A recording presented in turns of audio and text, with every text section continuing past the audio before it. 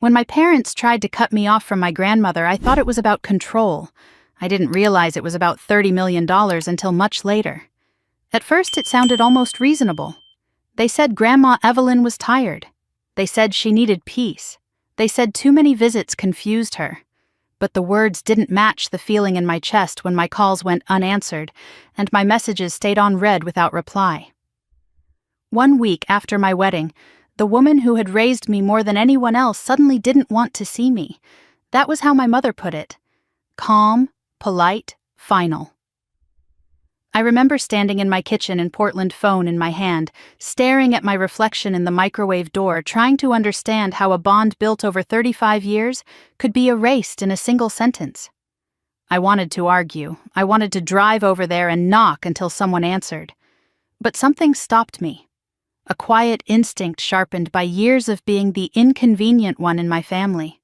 So I did the opposite of what they expected. I stayed silent. That silence wasn't weakness. It was the first move that saved both of us. My name is Claire Anderson. I am 35 years old, and I have always been the child who didn't quite fit where I was told I belonged. I live in a small sunlit house on the east side of Portland, the kind of place with creaky floors and too many books stacked in corners.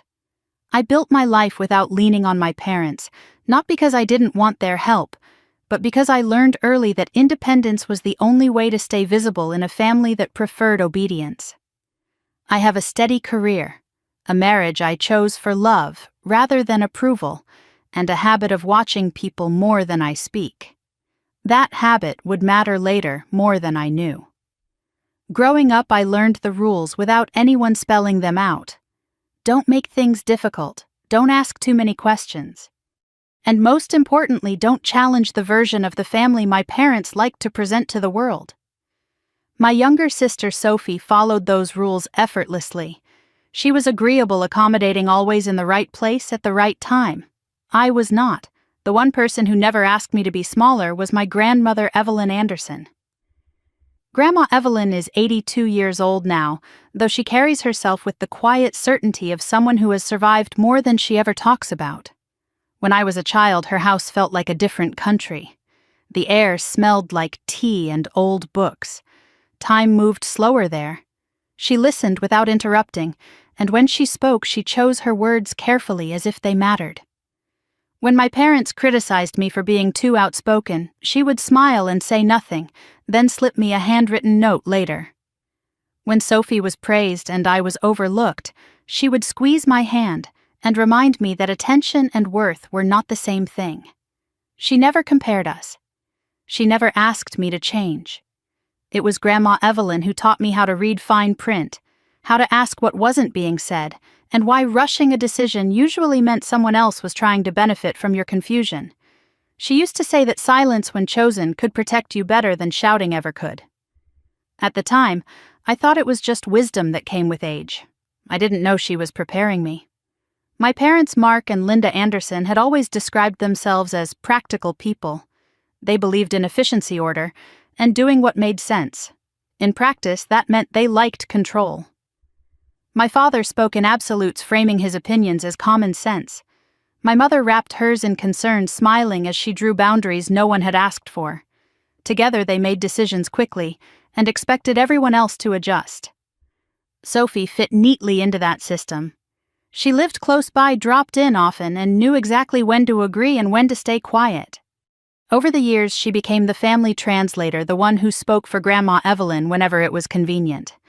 I noticed it, but I didn't yet understand why it bothered me so deeply. Before my wedding, there were signs I ignored because I wanted peace. When I suggested Grandma help with small details, my parents said it would tire her out. When I asked her opinion about seating or music, Sophie answered for her, even when Grandma was sitting right there. Each time it was explained away as concern. Each time something in my gut tightened. On the morning of my wedding, I believed things would finally come together. I told myself that milestones had a way of smoothing rough edges, that family tensions dissolved when love was celebrated openly. I was wrong, but I didn't know that yet. What I did know even then was that Grandma Evelyn mattered to me more than appearances. I wanted her close, not just physically, but visibly. I wanted the world to see what I had always known, that she was my anchor. A week after the wedding, when my mother told me Grandma needed space from me, I felt the ground shift under my feet. It wasn't just the message. It was how easily they said it, how rehearsed it sounded, how little room there was for discussion. I asked to hear it from Grandma herself. They said she was resting. I offered to stop by quietly. They said it wasn't a good time. Sophie texted me later, telling me to respect Grandma's wishes as if they were facts instead of a story being repeated until it sounded true. That was when I realized something important. No one had actually told me what Grandma wanted. They had only told me what they wanted me to believe she wanted. So I stepped back. I stopped calling. I stopped pushing. I watched. And as I watched, patterns began to form. My parents suddenly knew Grandma's schedule in detail. Sophie answered her phone more often than Grandma did. Decisions were being made quickly without explanation, always framed as necessary, always framed as care. It would have been easy to explode, to accuse them of manipulation without proof. But I remembered Grandma's voice, steady and calm, reminding me that silence could buy time. So I waited. That was the week I understood that my family wasn't protecting my grandmother. They were protecting something else entirely. And whatever it was, they were willing to erase me to keep it safe. If my parents were so determined to keep me away, I had to ask myself what they were afraid Grandma Evelyn might tell me. That question followed me everywhere in the days after the silence began, echoing in the quiet spaces of my house and in the pauses between unanswered calls. Every time I replayed my mother's calm voice saying that Grandma needed space, the words felt rehearsed, as if they had been practiced until they sounded reasonable. Thinking back, I realized this fear didn't come out of nowhere. It had been building for years, quietly, patiently, the way resentment and greed often do. To understand how we ended up here, I have to go back to my childhood, to the woman they could never fully control. When I was little, Grandma Evelyn's house was my refuge. It sat on a quiet street lined with old trees, the kind of place where the air always smelled faintly of tea leaves and polished wood. The front door creaked when you opened it, and she never fixed it because she said it reminded her that nothing needed to be perfect to be loved. I spent countless afternoons there after school, especially on days when being at home felt like walking on eggshells. My parents liked order. Grandma liked people.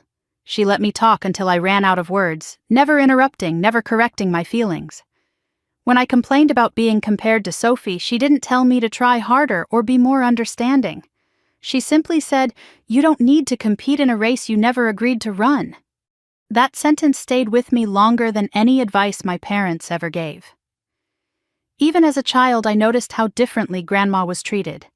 My parents spoke over her in conversations, finishing her sentences as if she might lose her place. They decided things for her without asking, calling it efficiency. But when it was just the two of us, she was sharp, observant, and quietly amused by the world. She taught me practical things that most people don't think to teach children. How to read contracts slowly. How to notice what was missing from an agreement, not just what was written. She showed me how to keep important papers organized, and told me never to sign anything when I felt rushed. Urgency is usually someone else's problem, she used to say, tapping the page with her finger. As I grew older, the difference between how my parents saw her and who she really was became impossible to ignore. They treated her like a responsibility. I treated her like a person. The favoritism in our family wasn't subtle, even when we pretended it was. Sophie was praised for being helpful, agreeable, close to home. I was labeled independent, which sounded like a compliment but always felt like a warning. When Sophie stayed quiet, she was mature. When I asked questions, I was difficult. Grandma never played that game. To her, we were simply two different people, neither more deserving than the other. I remember one afternoon when I was a teenager sitting at Grandma's kitchen table while she kneaded dough for bread. My parents had just left after another tense visit, and I was close to tears. Sophie had been praised for something I had actually done, and I didn't understand why correcting the story made me the problem. Grandma didn't stop what she was doing. She just said, "They don't like what they can't control." At the time, I thought she meant my stubbornness. Now I know she meant much more than that. As the years passed, I saw my parents' attempts to manage Grandma become more obvious. My father started holding onto her documents for safekeeping. My mother insisted on attending appointments she wasn't asked to join. Sophie began positioning herself as the go-between, the helpful granddaughter who knew everything Grandma needed. But there was one thing they could never quite do. They could never make Grandma afraid of them. She listened, she nodded, she allowed them to believe they were in charge, and then she made her own decisions anyway. I didn't realize how much of this was intentional until much later. At the time, it just felt like Grandma was choosing her battles carefully. She never argued publicly. She never embarrassed anyone. She simply refused to be rushed. In the years leading up to my wedding, I noticed a shift. My parents suddenly became more attentive to Grandma's routine.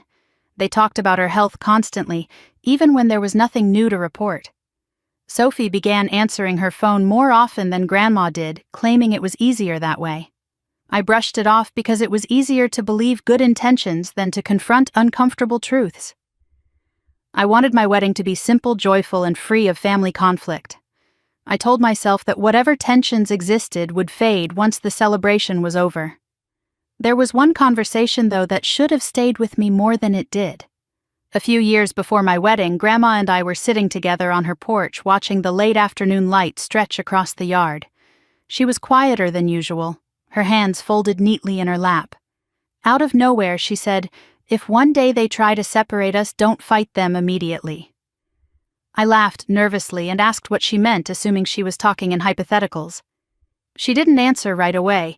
She just looked at me with an expression I couldn't read at the time and said, "Silence buys you time." I nodded, not fully understanding, and the moment passed. Or so I thought. Now, standing in my empty kitchen years later, that memory came back with a clarity that made my chest ache. Grandma hadn't been speaking in riddles. She had been preparing me for a future she already sensed was coming. The more I thought about it, the more I realized how little access I had to Grandma without my family's involvement. I hadn't noticed it because it happened gradually, wrapped in concern and convenience. My parents didn't forbid me from seeing her. They simply made it complicated. There was always a reason, always an excuse, always a delay. When I tried to schedule time alone with her, Sophie volunteered to come along. When I called, someone else answered first. When Grandma spoke, she was often interrupted, redirected, or corrected. Yet in the rare moments when I managed to catch her alone, she was exactly the same woman she had always been. Clear-eyed, thoughtful, fully present. That contrast was what finally convinced me that something wasn't right. You don't lose your clarity only when certain people are in the room. You don't suddenly become incapable only when decisions are being discussed. I began to understand why my parents were uneasy around her. Grandma Evelyn didn't forget. She didn't get confused. And most importantly, she didn't hand over control easily. The thought that they might be afraid of her choices, not her health, settled in my mind, like a stone. I didn't yet know what those choices involved, but I knew they mattered. By the time my parents told me Grandma didn't want to see me anymore, I could feel the outline of something larger taking shape. I didn't have proof, I didn't have answers, but I had enough history to know that this wasn't about peace or rest or space. It was about power. And the woman they were underestimating, the woman they thought they could manage from behind polite smiles and careful words, had taught me everything I needed to recognize that truth. As I stood there, phone still in my hand, I made a quiet promise to myself. I wouldn't rush. I wouldn't react. I wouldn't give them the satisfaction of believing their story without question. If Grandma Evelyn had chosen silence for a reason, I would honor that choice. Because whatever my family was hiding, I had a feeling it was far bigger than they realized. By the time my wedding plans were officially underway, the war had already begun.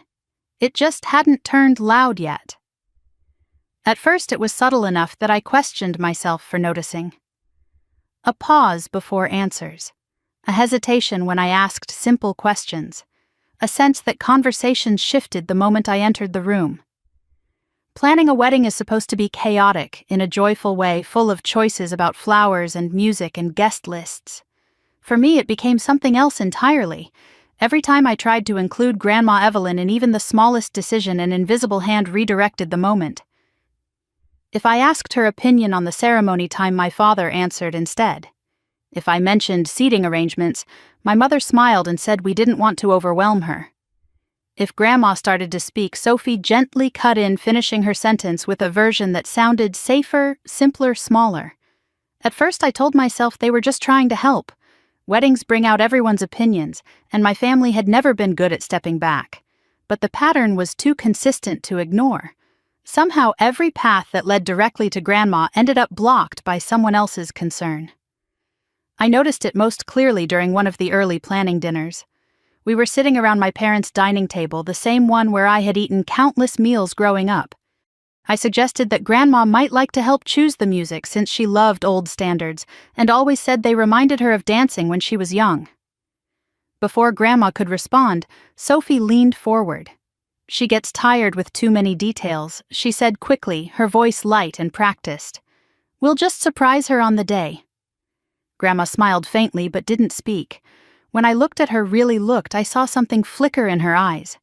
Not confusion, not fatigue, recognition. As the weeks passed, those moments multiplied.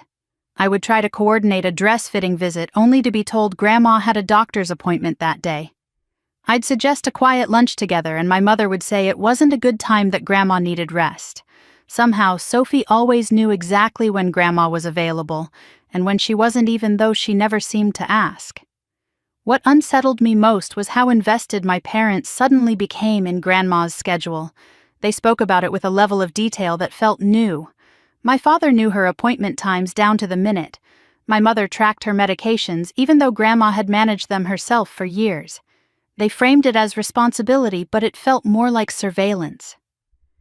The first moment that truly made my stomach drop came on a quiet afternoon when I stopped by my parents' house unannounced. I was dropping off some paperwork related to the venue and didn't expect anyone to be home. As I walked up the driveway, I heard my father's voice through the open window. He was on the phone, speaking in low, careful tones. "We need to do it before she changes her mind," he said. "Keep it simple. No need to complicate things." I froze, my hand still on the doorframe. My heart began to pound, not because I understood what he meant, but because I knew he didn't want me to hear it. When I stepped inside, he ended the call abruptly and smiled too quickly. "Didn't hear you come in," he said. I asked him what he had meant. He waved a hand dismissively, telling me it was nothing important, just scheduling. He changed the subject before I could press further, asking about flowers and catering like the conversation had never happened. But it had happened, and it stayed with me. Not long after that, I noticed Sophie stepping more confidently into a role she had never held before. She started positioning herself as the gatekeeper. If I wanted to see Grandma, I had to go through her. If I had a question, Sophie answered it.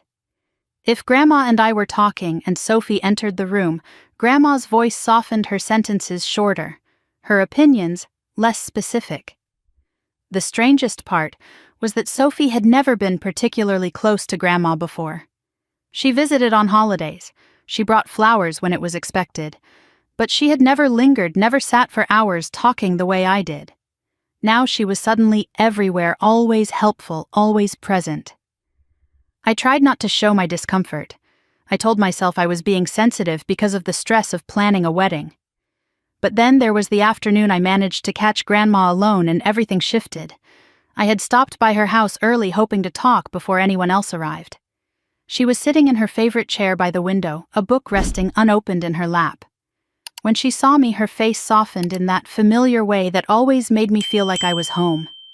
We talked about ordinary things at first: the weather, the neighbor's new dog, the roses she was trying to keep alive despite the heat.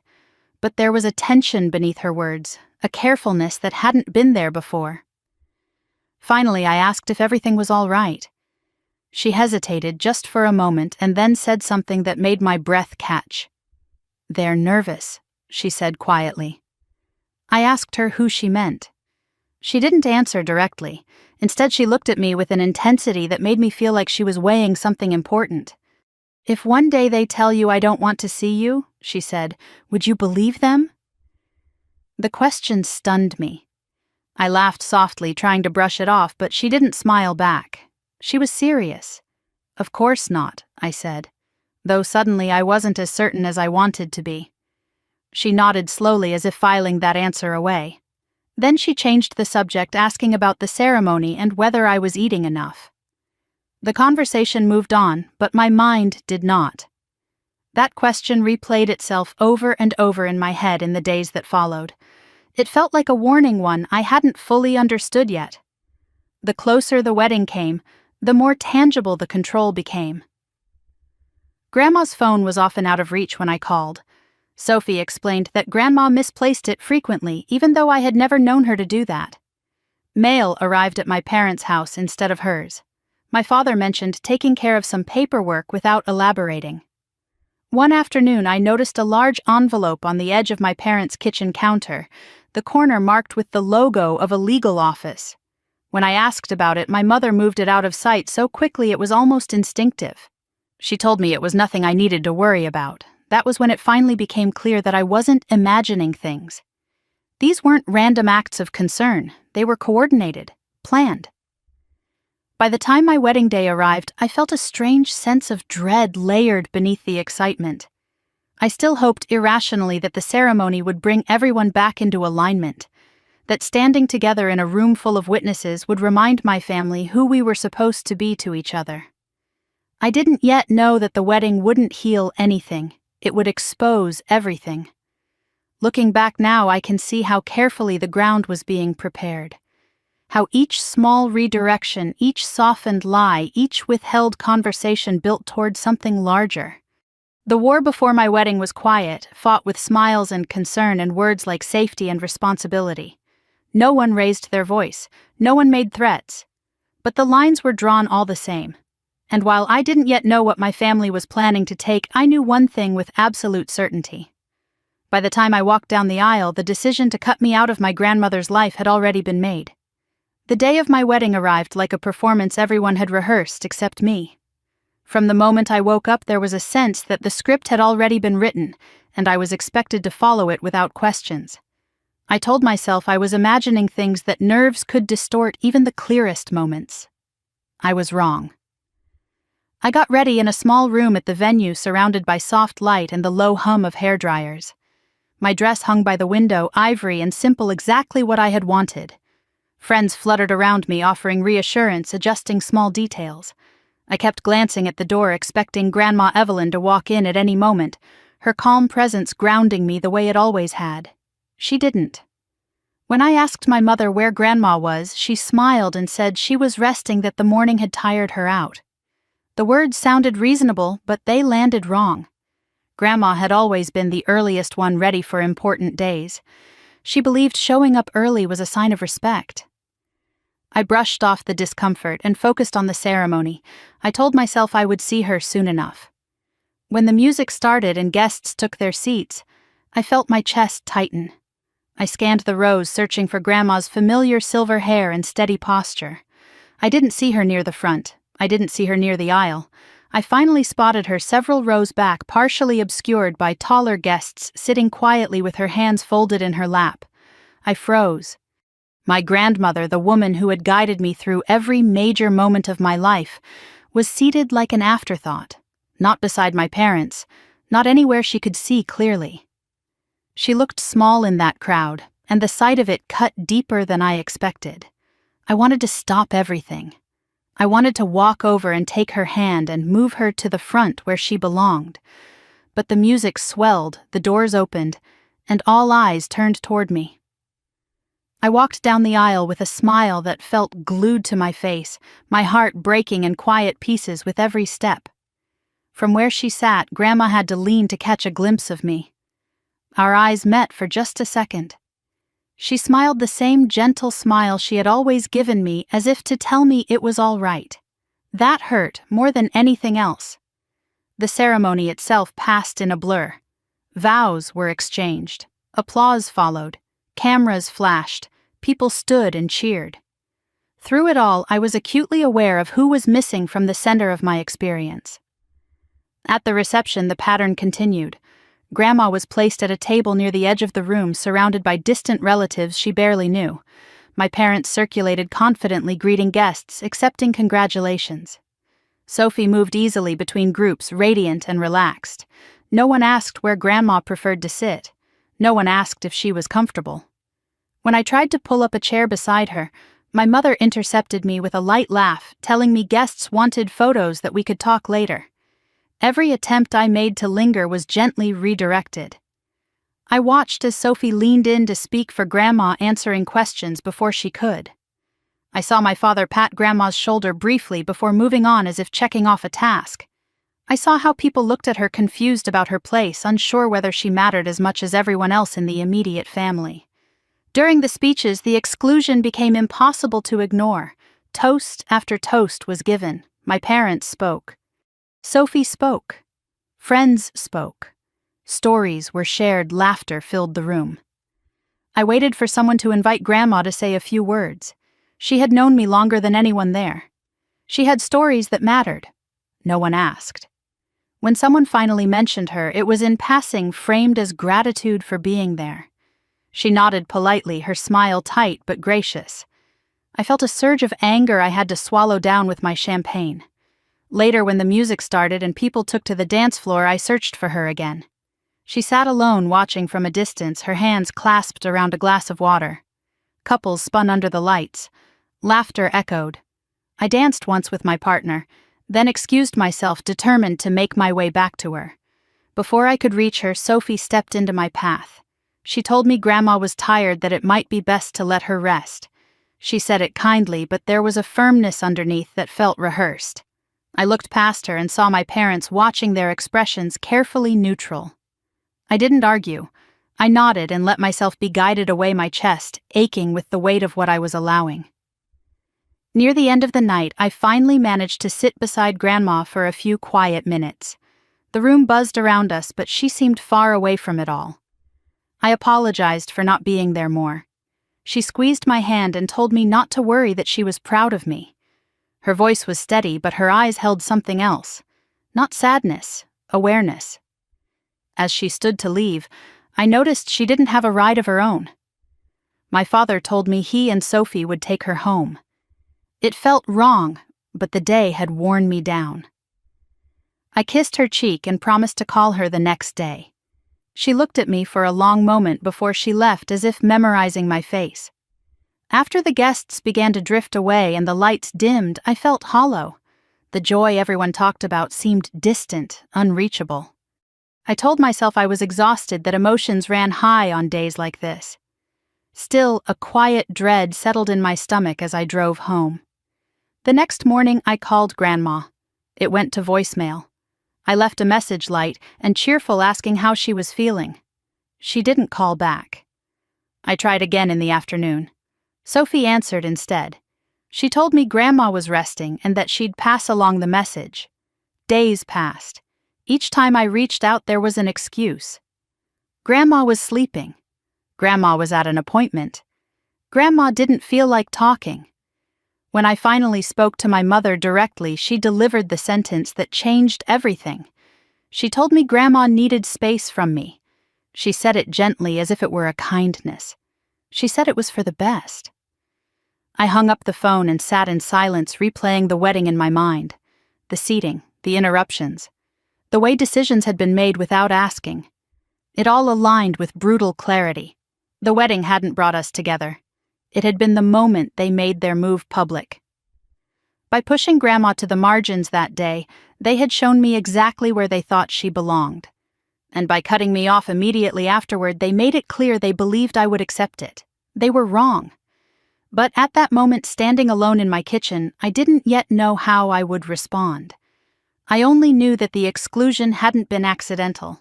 It had been deliberate, and whatever they were planning next, it was already in motion.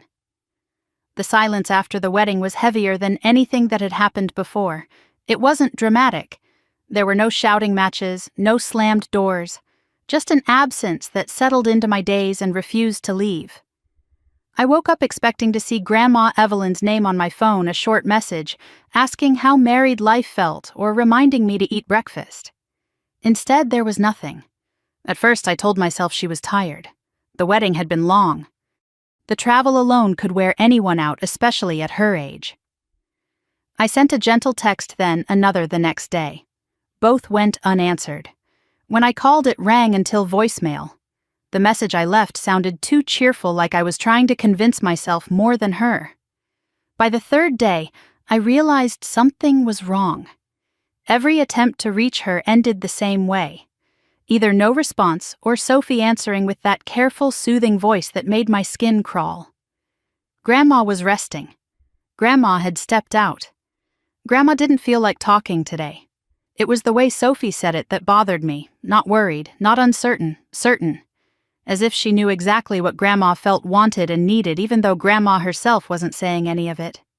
On the fourth day, I ran into my mother at the grocery store.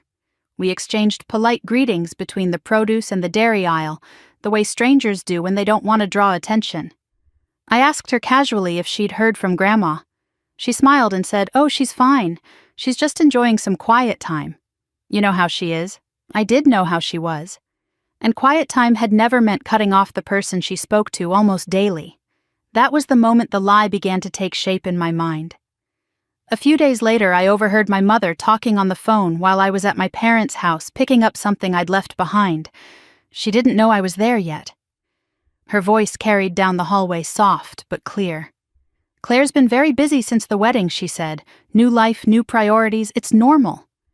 I stood frozen, my keys still in my hand. Busy, new priorities. The words sounded harmless, even generous, but they weren't true. I hadn't pulled away. I had been pushed. When she saw me, she ended the call quickly and smiled, asking if I needed anything. I didn't confront her. I couldn't yet. Instead, I nodded and left my chest tight with the realization that something was being rewritten quietly, deliberately. Over the next week, the story spread. Sophie told a neighbor she'd run into that I was settling into married life and didn't visit much anymore. A family friend mentioned offhandedly that they heard I was giving Grandma some space. Every time I heard a new version, my stomach dropped. They were planting a narrative, one where I was distant, one where Grandma was lonely but cared for, one where my absence was a choice. And slowly, painfully, it began to work. The only direct conversation I had with Grandma during that time came unexpectedly. My phone rang late one afternoon, and when I saw her name, my heart leapt. I answered immediately, my voice already breaking with relief. "Grandma." There was a pause. Then her voice softer than usual, more cautious. "Hello, dear." I launched into apologies I didn't owe, telling her I'd been trying to reach her, asking if she was feeling all right. She listened quietly. When I finished, she said something that made my blood run cold. "You're very busy now," she said. "I don't want to bother you." It wasn't what she said. It was how she said it, like the words didn't belong to her, like they had been placed there by someone else. Before I could respond, I heard a faint voice in the background. Sophie, whispering. Not loud enough to understand, but close enough to be unmistakable. Claire, Grandma said, her tone suddenly careful. "I should go. We'll talk another time." The line went dead. I sat there staring at my phone, my hands shaking. That wasn't a misunderstanding. That was control. For the first time, the fear that had been circling my thoughts landed fully. What if they succeeded in convincing her I didn't care? What if the person who had always trusted me now believed I had abandoned her? That night I couldn't eat, I couldn't sleep. I replayed every interaction from the past month, every redirected conversation, every interrupted sentence. The pieces fit together too neatly to ignore. A few days later, I stopped by my parents' house, unannounced again, driven by equal parts desperation and instinct. Sophie was there sitting at the kitchen table with Grandma's purse beside her. Grandma herself was in the living room watching television with the sound turned low. I noticed immediately that Sophie answered when I asked how Grandma was doing. Grandma nodded along, smiling faintly, but said nothing. On the coffee table, I saw a folder I didn't recognize. It was thicker than medical paperwork, bound neatly with crisp edges. When I asked what it was, Sophie closed it without hesitation and said it was nothing important. Nothing important. Later, as I helped Grandma to the bathroom, I asked quietly if everything was okay. She hesitated, then nodded. But her eyes darted toward the hallway, toward the kitchen where Sophie and my parents were talking in low voices. "I don't want to cause trouble," she said softly. Those words hit me harder than any accusation could have. Grandma Evelyn had never been afraid of trouble. She had always believed that discomfort was sometimes necessary for truth. Hearing her say that told me exactly how much pressure she was under. That evening, as I was leaving, I heard my father say something to Sophie that confirmed everything I feared. Once everything is settled, he said it'll be easier for her. Settled. The word echoed in my head all the way home. Settled meant decided, finalized, out of her hands. I began to understand that this wasn't just about separating me from my grandmother emotionally. It was about removing her ability to choose, about narrowing her world until the only voices she heard belonged to them. The fear sharpened into clarity. They weren't just lying about me. They were preparing to act on something much larger. I didn't yet know what that something was. But I knew it involved paperwork authority and decisions being made for her own good. I had seen those phrases before. I had seen what they could justify. That night, I sat in my living room long after the sun went down, the house quiet around me. I realized that if they succeeded, there might come a day when Grandma Evelyn truly wouldn't be able to speak freely to me. When every word would be filtered, every choice managed, every connection monitored. And if that happened, no amount of confrontation after the fact would undo it.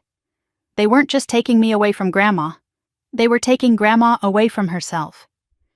For the first time since the wedding, I stopped hoping things would resolve on their own. Hope was no longer enough. Whatever they were planning, I had to see her alone again. I had to hear the truth from her, not from the story being told around her. Because somewhere beneath the lies and the forced smiles, there was a reason my family was moving so quickly. And I was starting to understand that the reason had nothing to do with love and everything to do with control. I didn't tell anyone I was going to see Grandma Evelyn that morning. I didn't text. I didn't call ahead. I learned quickly that anything shared traveled fast and arrived twisted. Instead, I drove across town early, before routines tightened around her day, before someone could decide she was too tired to talk. Her house looked the same as it always had, quiet and dignified curtains, half drawn to let in the soft morning light. When she opened the door and saw me standing there, her face changed in a way I will never forget. Relief flickered first, then caution, and finally determination.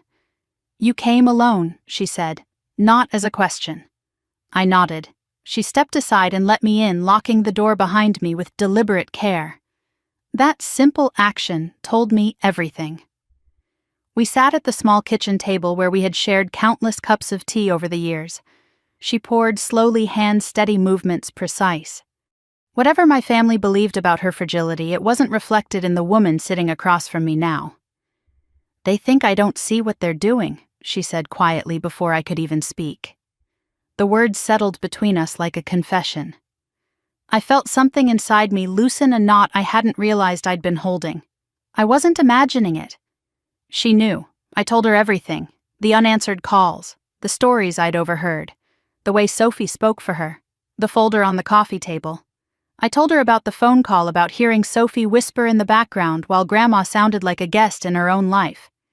She listened without interrupting, her eyes fixed on mine. When I finished, she exhaled slowly. "They've been careful," she said. "Not cruel, not openly. That's how they think they'll get away with it." She told me about the changes I hadn't seen, how her phone was often misplaced and handed back later, how appointments were scheduled for her and explained after the fact, how conversations were framed to make her doubt herself just enough to hesitate. "They talk about safety," she said, "about how complicated things are at my age, about how they worry I'll make a mistake." Her mouth curved into a faint, humorless smile. "They don't worry about mistakes. They worry about decisions." The truth of that landed hard. For a moment, neither of us spoke. Then she reached for a thin folder tucked neatly beside the table, one I hadn't noticed before. She didn't open it right away. She just rested her hand on it, as if grounding herself. "There's something you need to know," she said. I felt my pulse quicken. "I didn't tell you before because I didn't want you to carry it," she continued. "And I didn't tell them because I wanted to see who they would be when they thought there was nothing to gain." She opened the folder and slid a document toward me. I scanned the first page, then the second, my breath catching as the words registered. Land deed. Montana, 2,400 acres. I looked up at her stunned. She watched my face carefully as if measuring the impact. It's family land, she said, passed down quietly.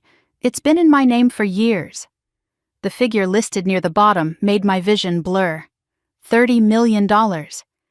I sat back, the weight of it pressing down on me all at once. The sudden urgency, the sudden control, the sudden lies, everything snapped into focus. That land isn't money to them, she said softly. It's control. She explained that she had kept it private intentionally, not hidden illegally, just unannounced. She wanted to live her life without being treated like an asset. She wanted to see who showed up without expecting a reward. They've always known there was something, she said. They just didn't know how much. That uncertainty makes people impatient. I understood then why they were moving so fast, why the pressure was escalating, why the paperwork felt rushed. She looked at me across the table, her expression firm. I chose you? I swallowed hard. Not because you're perfect, she said, but because you never tried to manage me. You asked, you listened, you respected my right to decide. My throat tightened. I didn't want them turning you into a target, she added. If they knew what was at stake, they would have come for you sooner. That realization sent a chill through me. The lies weren't just about protecting her. They were about isolating me before I could understand my position. We went back over everything with new clarity. The scheduling, the narratives, the paperwork. It all pointed toward a single goal: strip her of authority before she could act on her own terms. They don't know the full scope, she said. Not yet. A part of me wanted to confront my parents immediately, to demand explanations, to put the truth on the table and watch them scramble. Grandma shook her head gently when I voiced the thought. If we move too fast, she said, they'll move faster. She explained that silence chosen deliberately could be a shield. That resistance too early would tip them off and push them to escalate before we were ready. We don't tell them, she said firmly. Not about the land, not about what I plan to do. I nodded, understanding the strategy, even as my emotions surged. We observe, she continued. We document. And we prepare. It was strange sitting there with her discussing tactics like allies instead of granddaughter and grandmother. But it felt right. It felt balanced. For the first time in weeks, I didn't feel helpless. I felt responsible, trusted. As I stood to leave, she took my hand, her grip stronger than anyone would have guessed. Whatever happens, she said, remember this. Silence isn't surrender, it's positioning. I drove home with the weight of the truth riding beside me. The woman my family thought they could control had been watching them all along. And the inheritance they were circling wasn't just land or money. It was the power to choose what came next. By the time I pulled into my driveway, one thing was clear. My family wasn't just targeting my grandmother. They were targeting my future. And now that I knew what was really at stake, I wasn't going to let them decide either of our lives for us. Silence changed shape the moment it became a choice. Before, it had felt like something imposed on me, a wall built by other people's decisions. After that morning with Grandma Evelyn, it became something else entirely. A strategy. A way to stay one step ahead of a family that believed I was still confused, still emotional, still easy to manage. I didn't confront my parents. I didn't demand answers from Sophie. I didn't even hint that I knew more than they thought. Instead, I stepped back into the role they expected. The busy newlywed, the daughter who trusted their judgment, the granddaughter who didn't ask too many questions anymore. They mistook my calm for ignorance. The first call I made after leaving Grandma's house wasn't to my husband or a friend. It was to an attorney named Jennifer Lee. Grandma had mentioned her once years earlier in passing as someone who understood both family dynamics and the law. I didn't explain everything on the phone. I just said I needed advice about protecting an elderly relative's autonomy. Jennifer asked a few careful questions, then told me to come in. Her office was quiet and unassuming, the kind of place that didn't advertise power, but held plenty of it. She listened without interrupting as I laid out the pattern. The isolation, the pressure, the paperwork, the subtle rewriting of reality. When I finished, she leaned back slightly and folded her hands. "This isn't a family disagreement," she said. "This is elder financial exploitation in its early stages." Hearing it named so clearly sent a jolt through me. It confirmed what my instincts had been screaming for weeks. Jennifer explained how these situations usually unfolded: emotional isolation first, then doubt, then urgency, finally, paperwork framed as protection. The moment they sense resistance, she warned, they accelerate. Together we built a plan, quietly, carefully. Jennifer began setting up legal safeguards around Grandma's assets without alerting anyone who didn't need to know. A trust that protected ownership. Clear documentation of intent. Boundaries that would make it impossible for anyone to claim authority without consequences. Everything was done discreetly. No letters sent to my parents' address. No changes that would trigger questions. Jennifer emphasized that timing mattered as much as preparation. "They think they're winning," she said. "Let them." I went back to my family exactly as they expected me to be. When my mother called to check in, I sounded distracted but agreeable. When Sophie texted about Grandma's schedule, I thanked her for keeping me informed. When my father mentioned taking care of things so Grandma wouldn't have to worry, I nodded and said I trusted them. It felt wrong at first, playing along while knowing the truth. But every day their confidence grew, and with it, their carelessness. They started saying more, moving faster, letting things slip. Sophie began mentioning appointments that hadn't existed before. My mother talked about simplifying responsibilities. My father used phrases like finalizing and settling as if the outcome were already decided. None of them asked what Grandma wanted. None of them asked what I thought. They didn't need to. They believed they were in control. I kept notes, dates, words, who said what and when. Jennifer had advised me to document everything, not because I needed it yet, but because patterns mattered more than single moments. Grandma did the same in her own way. She remembered conversations with astonishing clarity, recounting them later with exact phrasing. "They underestimate memory when it doesn't serve them," she told me once. The most surprising part of that week was watching Grandma shift from being protected to being strategic. She stopped pushing back in small ways and leaned into the image they had created for her. She asked them to repeat explanations. She expressed confusion at convenient moments. She thanked them for their concern. It made them bold. My father called one afternoon and mentioned that they were thinking of bringing in a professional to help streamline things. He said it casually, like a favor. When I asked what kind of professional, he hesitated before saying a notary. That single word confirmed everything. Jennifer had predicted it. Notaries were often used to legitimize rushed decisions, especially when the narrative of incapacity had already been planted. The fact that they were preparing one meant they believed Grandma was ready to sign. I relayed the information to Jennifer immediately. Her response was swift and calm. "Good," she said. "That means they're ready to show their hand." She began coordinating with an investigator who specialized in cases involving elder abuse. Nothing formal yet, just preparation, just readiness. The kind that only mattered if things went exactly where we thought they would. Meanwhile, the pressure increased. Sophie's messages became more frequent. My mother talked about timelines. My father mentioned how important it was not to delay while everything was still clear. Clear. The word made me sick every time I heard it. Clear for whom?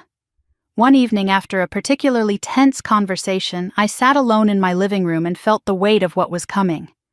This wasn't just about money or property. It was about identity.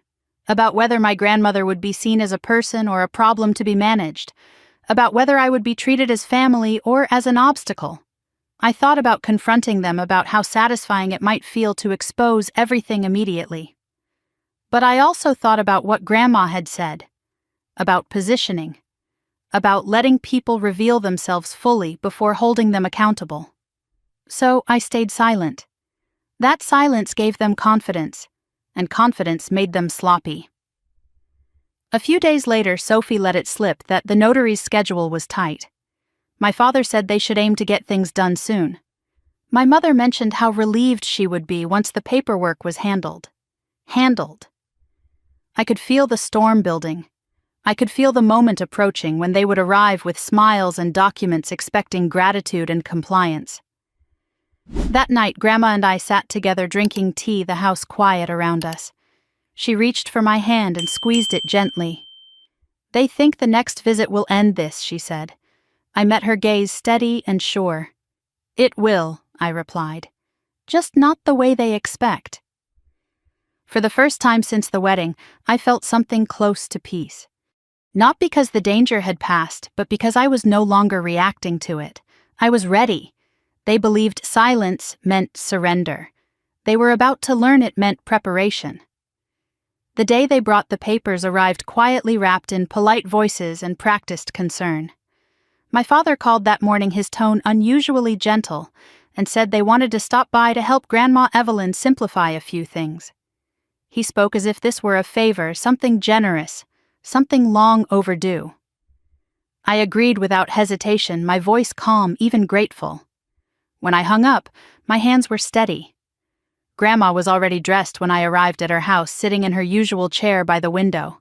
She looked smaller than she used to, not because she was weak, but because she had learned how to make herself look that way when it served a purpose. When I asked if she was ready, she nodded once and said quietly, "Let them talk." They arrived exactly on time. My parents walked in first, smiling, carrying the confidence of people who believed they were about to close a deal. Sophie followed, holding a thick folder against her chest like something precious. They kissed Grandma's cheek, asked how she was feeling, commented on the weather. Everything about their behavior suggested normalcy, routine care. Then my father placed the folder on the coffee table and said, "We just want to go over a few things with you, Mom. Nothing complicated." Nothing complicated was their favorite phrase. It meant complicated enough that no one wanted to argue. They sat close to Grandma, creating a small circle around her. Sophie opened the folder, carefully smoothing the pages as if preparing a presentation. My mother leaned forward, her voice soft and reassuring. She talked about peace of mind, about avoiding future stress, about making sure everything was taken care of while Grandma was still feeling well. I listened silent, watching every movement. The language was deliberate. No one said control. No one said ownership. They said help. They said safety. They said family responsibility. Sophie slid the first document forward and began explaining it in simple terms, speaking slowly the way people do when they assume confusion. She pointed to sections and summarized instead of reading. She emphasized how convenient it would be, how much easier things would become once decisions didn't have to be made repeatedly. When Grandma asked what would happen if she changed her mind, Sophie smiled and said it was standard, that everything was flexible. She didn't answer directly. She never did. I asked a question, then my voice intentionally hesitant. I asked whether any of this could be undone if Grandma decided she wanted to handle things herself again. My father answered, instead of Sophie telling me there were protections in place, that the details weren't something we needed to worry about. That was when I noticed what they weren't saying. There were no clear limits, no expiration, no mention of restoring authority. The document wasn't designed to help Grandma manage her life. It was designed to remove her from it. Grandma leaned back in her chair and sighed softly, playing her part perfectly. She said the paperwork made her head spin. She said legal language confused her. Sophie immediately leaned in, offering to handle everything, to explain only what mattered. My mother nodded, telling Grandma she didn't need to stress herself over details. My father added that this was exactly why they were doing it now, while things were still clear. Clear. The word landed like a threat, disguised as kindness. I watched Grandma's hands tremble slightly as she reached toward the papers. Not from fear, but from effort. She was choosing when to appear uncertain, and it was working. The more unsure she seemed, the more confident they became. Sophie began summarizing faster, skipping sections entirely. My father glanced at his watch once, then again. My mother reassured Grandma that they could take their time, even as her tone suggested the opposite. I realized then that this wasn't their final move. This was a test. They were gauging resistance, measuring how much pressure it would take. Grandma said she needed time to think. The room shifted immediately. My parents exchanged a look that lasted half a second too long. Sophie's smile tightened just barely. My father said he understood, but that it would be better not to delay too much. He mentioned how difficult it was to schedule professionals, how timing mattered. My mother added that waiting could complicate things unnecessarily. They left the folder behind when they left a gesture meant to look generous. To me, it felt like a warning. After the door closed, the house felt heavier. Grandma and I sat in silence for a long moment. Then she looked at me and said, "They think I'm ready." "They think they're done," I replied. I gathered the papers carefully, sliding them back into the folder without changing their order. I didn't need to read them again. I already knew what they represented. That evening, my phone buzzed with messages. Sophie checking in, my mother asking how Grandma was feeling, my father reminding us that they were only trying to help. Each message carried the same undertone: hurry, decide, sign. I responded politely and vaguely, thanking them for their concern, telling them we were reviewing things. Every word I sent reinforced their belief that the process was still moving in their favor. Later that night, I called Jennifer Lee and told her everything. She listened carefully, then said exactly what I expected. "They're not finished," she said. "They'll come back. And next time they'll bring someone with authority. A notary." The thought made my stomach tighten, but it also brought a strange sense of relief. The moment we had been preparing for was approaching. The moment when everything hidden would be forced into the open. Over the next few days, the pressure increased. Sophie mentioned the notary's availability. My mother talked about finalizing plans. My father said it would be easier for everyone once things were settled. Settled meant signed. Signed meant irreversible. Grandma continued to act uncertain, asking questions, expressing fatigue. Each performance made them more confident. They didn't see the quiet resolve beneath her words. They didn't see how carefully she was watching them. I documented everything. Times, phrases, repeated arguments. Jennifer advised me to keep every message, every voicemail. Patterns mattered, and the pattern was becoming unmistakable. By the end of the week, my father called again and said they would stop by soon with someone to help make everything official. His voice carried relief, the kind that comes when people believe resistance has faded. After I hung up, I sat with Grandma in the living room, the folder of papers still untouched on the table between us. She reached across and took my hand. "They've shown us who they are," she said. "And they've shown us how far they're willing to go," I replied. She nodded once her grip firm. "Then we'll be ready." As I drove home that night, I understood something with absolute clarity. The papers they brought weren't meant to protect her. They were meant to break her authority quietly, politely, without witnesses. They had shown their hand. And now it was our turn. I stopped playing small the moment I realized this was no longer just about money. It was about whether my grandmother would be allowed to remain a person or be reduced to a signature. The papers they had left behind sat on the coffee table like a quiet threat, and for the first time, I didn't feel fear when I looked at them. I felt clarity. After my parents left that day, Grandma Evelyn and I didn't rush to talk. We sat in the living room with the television muted, the late afternoon light stretching across the carpet.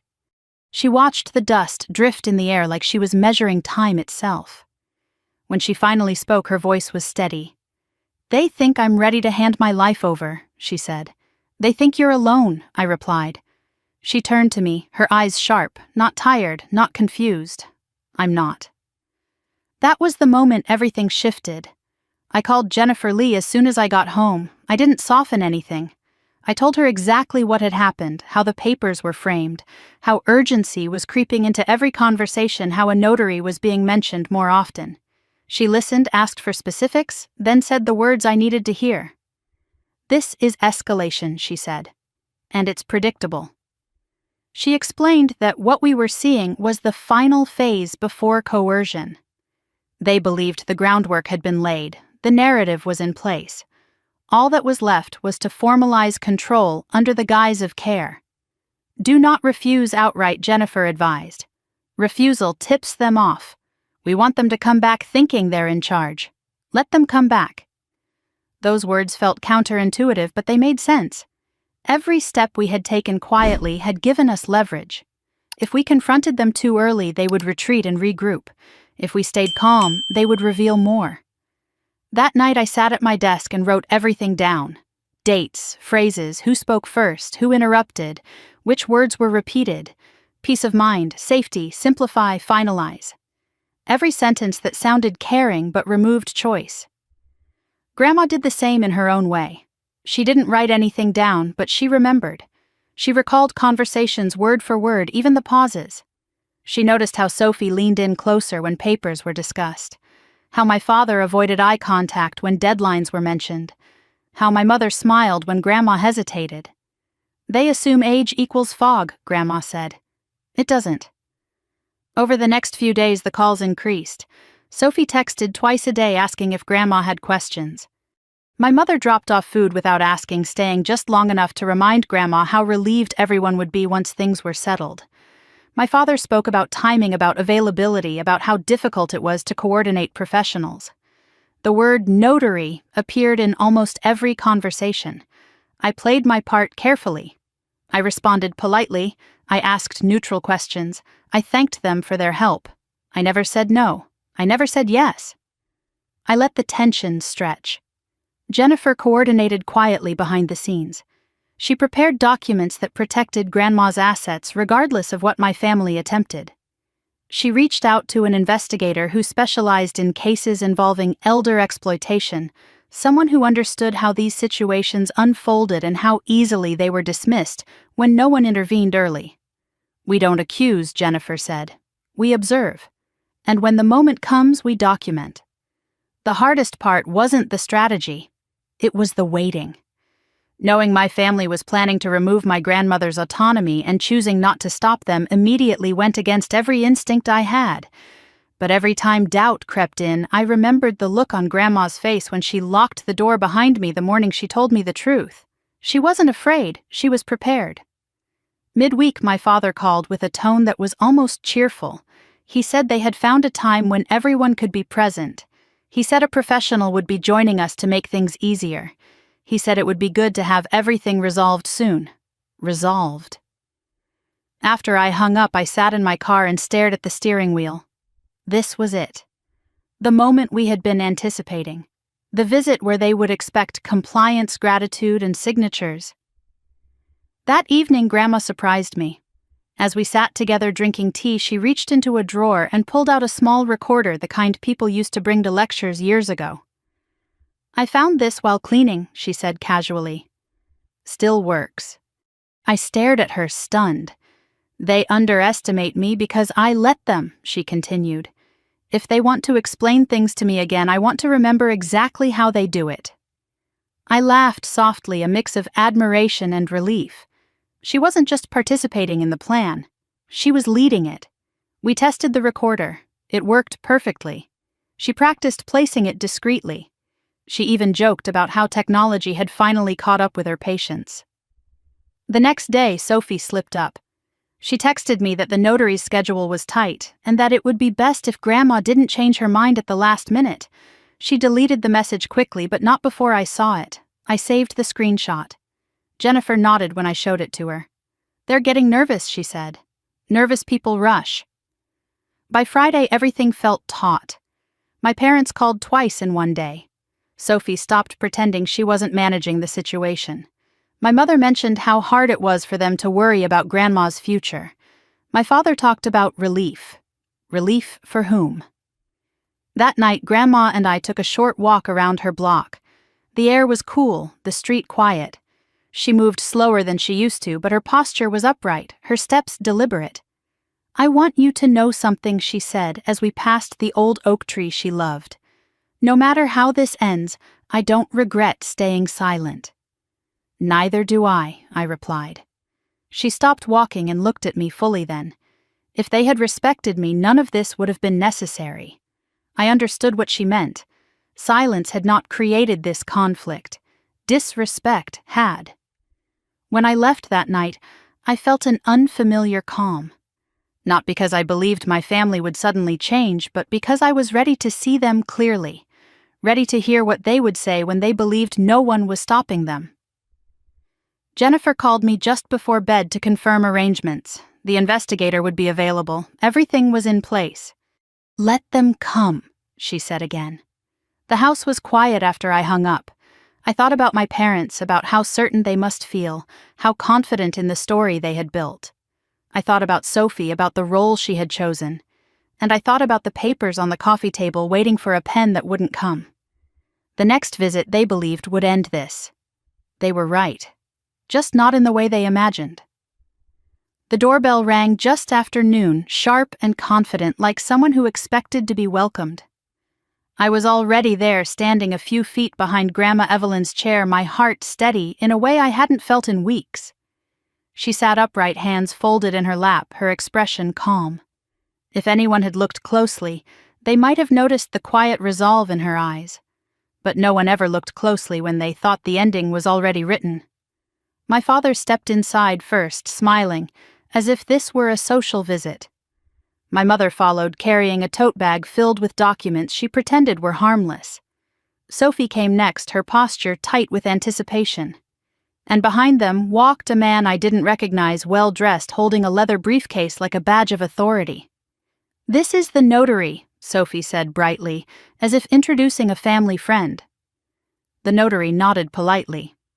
He spoke with the ease of someone used to rooms like this, rooms where people felt pressured to be agreeable. He said he was there to help streamline the process, to make sure everything was done properly. He said it like a favor. They sat down without waiting to be invited. Papers were placed on the table with careful precision. My father cleared his throat and spoke first, his tone, gentle, almost proud. "We're just here to finish what we started," he said, "so Mom can finally relax. Relax."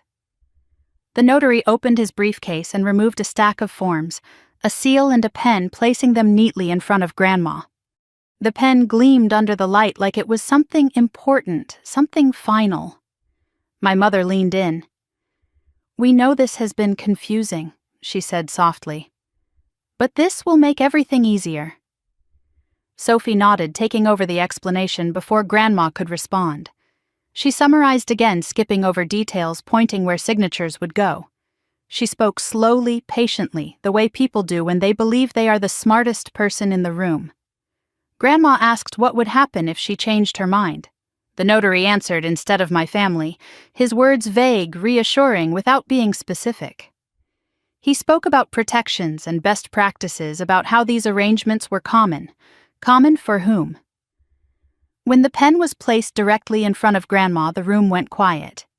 Everyone leaned in just slightly, as if proximity might influence her decision. Sophie smiled. My father folded his hands. My mother watched Grandma's face closely, waiting for hesitation. Grandma reached for the pen, her hand trembling just enough to confirm their expectations. That was when I spoke. "I have a question," I said calmly. All heads turned toward me, surprise flickering across their faces. They had forgotten I was there. I asked the notary if the agreement could be revoked easily if Grandma decided she wanted full control back. He hesitated, glancing at my father before answering. His response was careful, technical, and ultimately evasive. Sophie frowned. My mother sighed. My father said we didn't need to get into hypotheticals. "That's exactly when hypotheticals matter," I replied. The notary cleared his throat and suggested moving forward. He slid the document closer to Grandma again. Before she could touch it, there was another knock at the door. This one was slower, firmer. Everyone froze. "I wasn't expecting anyone else," the notary said, irritation breaking through his professional tone. "I was," Grandma said quietly. I opened the door. Standing there were Jennifer Lee and an investigator from the county, both holding identification, both calm in the way people are when they know exactly why they're present. "Good afternoon," Jennifer said. "I represent Evelyn Anderson." The room changed instantly. My father stood up too quickly. My mother's face drained of color. Sophie clutched the edge of the table. The notary snapped his briefcase shut, his movements suddenly less confident.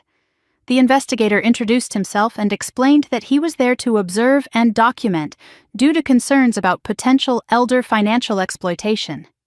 His voice was neutral, factual, impossible to argue with without looking defensive. Jennifer looked at the papers on the table. Before anything is signed, she said, "My client has the right to independent counsel and full understanding of the consequences." The notary began to speak, but the investigator raised a hand. "I'd like to ask a few questions first," he said. He asked who had prepared the documents. Sophie answered, then corrected herself and said the family had arranged it. He asked who requested the notary. My father said it was a group decision. He asked whether Grandma had asked for this arrangement herself. No one answered immediately. Grandma looked up, then her voice steady, clear, nothing like the confusion they had relied on. "I did not," she said. The silence that followed was thick and heavy. The investigator nodded and began taking notes. He asked about the pressure to sign, about the urgency, about the repeated framing of incapacity. With each question, the story my family had built began to unravel. The notary shifted in his seat, his earlier confidence gone. Sophie tried to explain, her voice sharp, now defensive. My mother reached for Grandma's hand, but Grandma pulled away. Jennifer placed a recorder on the table and pressed play. The room filled with familiar voices repeating the same phrases. Safety, simplify. Don't worry about details, let us handle it. My father's face flushed. Sophie stared at the floor. "This meeting is being documented," the investigator said calmly. "And at this point I'm concerned about coercion." The notary stood abruptly, saying there must have been a misunderstanding. The investigator asked him to remain seated. Jennifer met my gaze briefly, then turned to Grandma. "There's something else you wanted to share," she said. Grandma nodded. She reached for a folder I had placed beside her chair earlier that morning. She opened it slowly, deliberately, and slid a document across the table. "This is the deed to my family ranch in Montana," she said. "Approximately 2,400 acres. My father's mouth fell open. Sophie looked up sharply. My mother whispered something I couldn't hear. Jennifer continued, her voice calm. "The property is valued in the range of $30 million, excluding additional assets." The room went utterly silent. Grandma looked at each of them in turn. "I kept this private to see who would respect my choices when they thought there was nothing to gain," she said. "Now I know." The notary sank back into his chair. The investigator documented everything. Sophie's composure finally cracked her face, twisting with shock and anger. My father tried to speak, to explain, to reframe. Jennifer stopped him gently but firmly. "This meeting is over," she said. "Any further communication should go through counsel." The investigator stood and thanked Grandma for her cooperation. He looked at my family with measured seriousness and explained next steps, the words consequences and review hanging in the air. They left in silence, no smiles, no confidence, no authority. When the door closed behind them, Grandma let out a long breath and leaned back in her chair. She reached for my hand and squeezed it once. "They thought they were finishing this," she said quietly. "They didn't realize they were exposing themselves." I looked around the room at the untouched pen, the scattered papers, the illusion of control lying in pieces on the table. The storm had finally broken, and for the first time since it began, the air felt clear. The house felt different after they left, as if the walls themselves had released a breath they'd been holding for years. The silence wasn't tense anymore. It was clean. Grandma Evelyn stayed seated for a long moment, her hand still resting on the arm of the chair, her eyes fixed on the door, as if replaying every second that had just passed. "They didn't even say goodbye," she murmured, not with sadness, but with a strange kind of clarity. "They didn't come here as family," I replied. "They came as negotiators." That afternoon, Jennifer stayed with us, carefully collecting the documents that had been brought, photographing everything that mattered, and explaining what would happen next. The investigator had already begun his report. There would be follow-ups, interviews, requests for clarification. Nothing dramatic yet, but the kind of slow, methodical process that couldn't be undone by excuses or rewritten stories. They were counting on you staying quiet, Jennifer told Grandma. Now the silence belongs to them. By evening, the phone started ringing. My mother called first. I didn't answer. Sophie texted, then called. My father left a voicemail that was short and unsteady, asking if we could talk, saying there had been misunderstandings. I didn't respond. Jennifer had advised us not to engage directly, and more than that, neither Grandma nor I had anything left to explain. Everything important had already been said in that living room. The next few days unfolded slowly, but the effects were immediate. My parents' certainty evaporated. Their messages shifted in tone from authority to confusion, from confidence to self-protection. Sophie's texts became defensive, filled with justifications that contradicted each other. Grandma read them once, then handed the phone back to me. I don't need to hear apologies that arrive only after exposure, she said. A formal letter arrived midweek, drafted by a lawyer my parents had hired in a hurry. It spoke about intentions, misunderstandings, concern for well-being. Jennifer read it carefully and smiled without humor. This is damage control, she said. Not remorse. She drafted a response that was brief and firm, stating that all communication would now go through counsel, and that any further attempts to pressure or misrepresent Grandma's wishes would be documented. That ended the calls. The fallout extended beyond phone screens. Neighbors started asking careful questions. Extended relatives reached out, their curiosity thinly veiled. News traveled fast when authority collapsed. The story being whispered wasn't the one my parents wanted. It wasn't about concern. It was about control. Sophie stopped showing up at Grandma's house entirely. My parents drove by once slowly, as if hoping to catch a glimpse of something that might reassure them. Grandma watched from the window and didn't wave. In the weeks that followed, we focused on rebuilding something quieter and stronger. Jennifer finalized the trust arrangements, ensuring Grandma's assets were protected, and that her intentions were clear and legally unassailable. The ranch in Montana was placed into the trust with explicit instructions. Everything was documented. Everything was deliberate. One afternoon, as we sat reviewing paperwork, Grandma looked up at me and said, "I should have done this sooner." "You did it when it mattered," I replied. She smiled then, a real smile unburdened by performance. I wanted to believe they loved me enough not to try. That wasn't weakness, I said. That was hope. The investigator followed up with additional questions, requesting timelines and clarifications. Grandma answered everything herself. Her voice never wavered. The idea that she was confused or incapable dissolved quickly under scrutiny. By the end of the month, it was clear there would be consequences. Not dramatic arrests or headlines, but professional repercussions. The notary who had accompanied my family was under review. His involvement in similar situations was being examined. Jennifer said it was likely his license would be suspended, possibly revoked. They don't usually lose everything, she explained, but they lose the ability to do this again. That mattered to Grandma more than anything.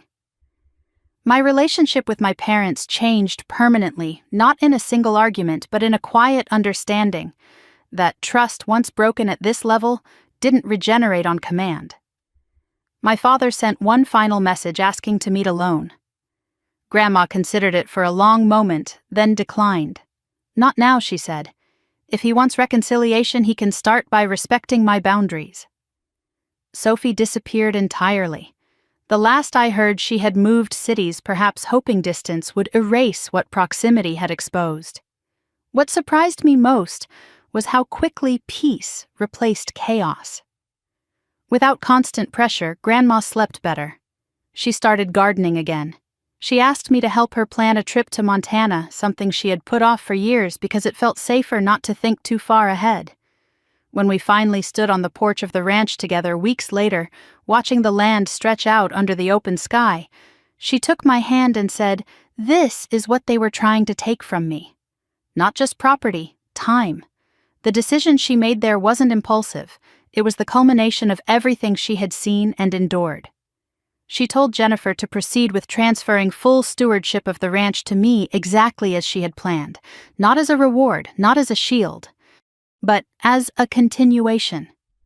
"You'll protect it," she said, "and you'll protect yourself." I felt the weight of that trust settle into something solid and grounding. But the story didn't end with legal victories or broken alliances. It changed shape. Grandma began receiving calls from women she barely knew, women who had heard what happened through quiet channels, daughters, nieces, friends of friends, all asking the same questions in different voices. What do I do if my family won't listen? What if they say it's for my own good? How do I know when help becomes control? Grandma listened to every one of them. She told her story without embellishment, without anger, just facts, just truth. Soon the ranch wasn't just land. It became a place of refuge, a quiet gathering spot where women could sit at a long table and speak freely without being corrected, interrupted, or managed. Jennifer volunteered her time. The investigator connected us with resources. Word spread.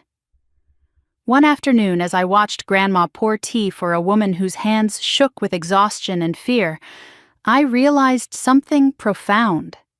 This wasn't just Grandma reclaiming her dignity. This was her redefining legacy. She wasn't leaving behind wealth. She was leaving behind permission. Permission to say no, permission to ask questions, permission to remain whole at any age. That night, as the sun set over the fields, Grandma turned to me and said, "I spent years worrying about what I'd leave you." I shook my head. "You already did."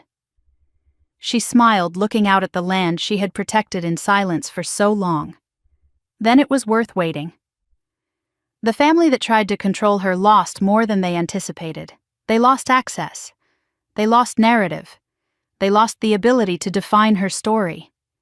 And what remained was something far stronger than inheritance.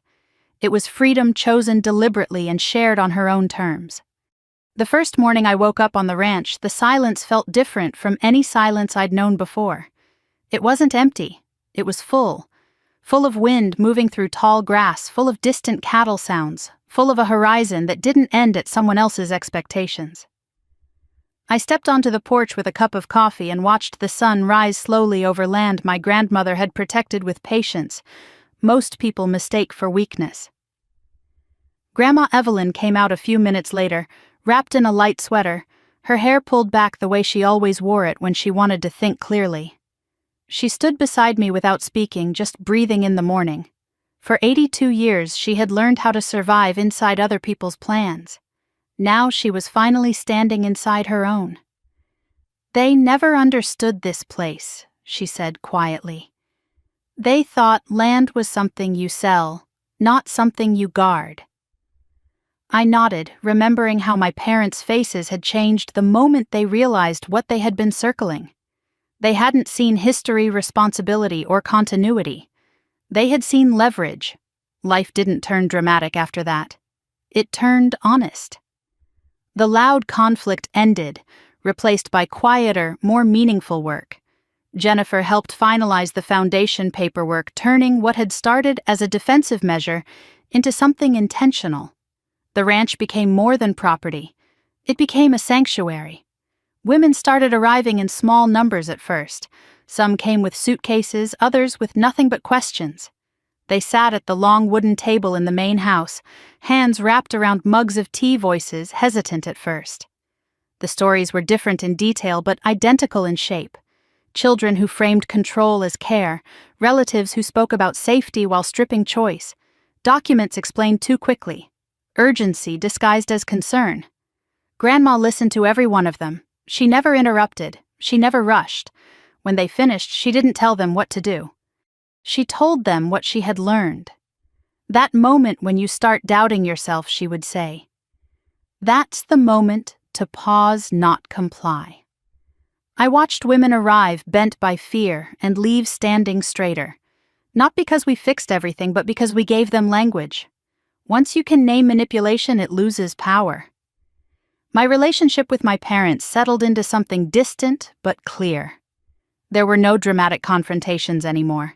just boundaries, firm and non-negotiable. They tried once more to reach out through a cousin, floating the idea of reconciliation. Grandma declined politely. "Forgiveness doesn't mean access," she said. Sophie never contacted us again. From what I heard, she struggled to explain why her version of events didn't match anyone else's. Silence, when it isn't chosen, can be very loud. As for me, something inside me changed permanently. I had spent most of my life shrinking to keep peace, smoothing edges so other people wouldn't feel threatened. Watching my grandmother reclaim her authority taught me that peace, built on silence, isn't peace at all. It's erasure. One afternoon, months later, we hosted a small gathering on the ranch. Not an event, just a shared meal. Women sat outside under the open sky plates, balanced on their knees, laughter breaking through stories that had once been whispered. Jennifer joined us, relaxed in a way I'd never seen her in the office. She raised her glass and smiled at Grandma. "You started something bigger than you realize," she said. Grandma shrugged lightly.